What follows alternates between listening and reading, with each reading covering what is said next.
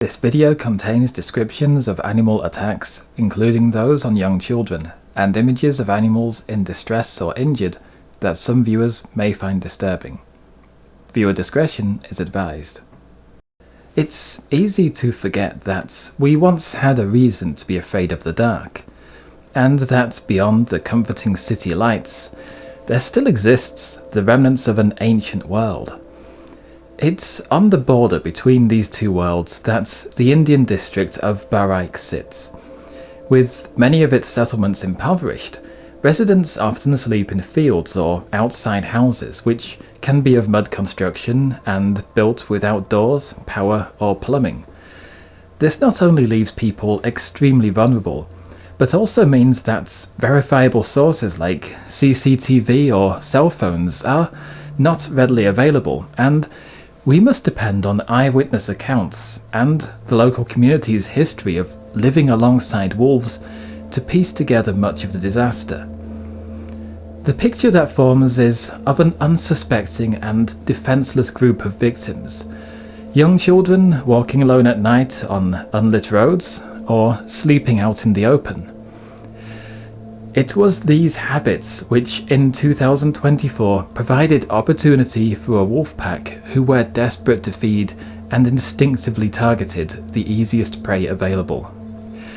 Hard evidence for what happened next is hard to come by, and the nature of the attacks precludes much in the way of first-hand accounts.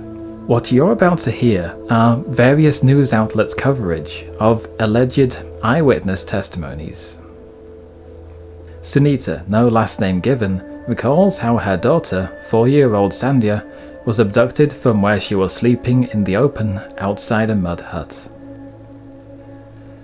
The wolves attacked within 2 minutes of the lights going out. By the time we realized what was happening, they had taken her away. Sandhya's body was discovered some 500 meters away the next day in a sugarcane farm. The BBC attests that the remains of the victim were discovered partially consumed. Meanwhile, in a neighbouring village, an unnamed parent noticed a wolf approaching their 8-year-old son. The animal lunged from the shadows. I screamed, "Leave my son alone!" My neighbours rushed in and the wolf fled.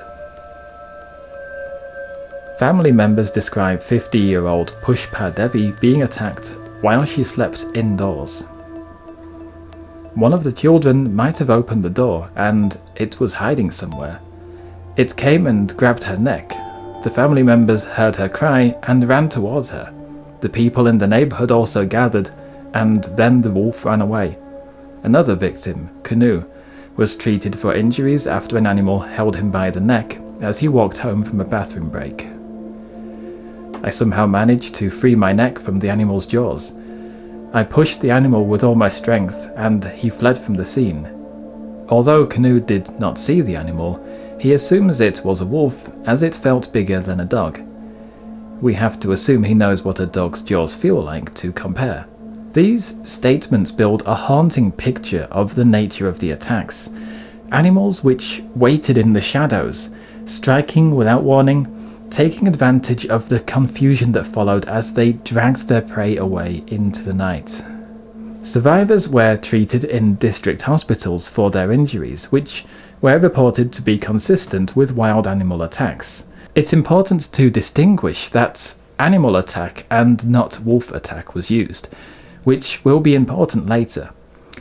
Following these reports and others, the government declared a wildlife emergency, and the hunt began. But even as forest officers, police, and experts poured into the region, nobody could have anticipated the challenge that awaited, and the hunt for the killer wolves of Uttar Pradesh would go on to capture the attention of the world.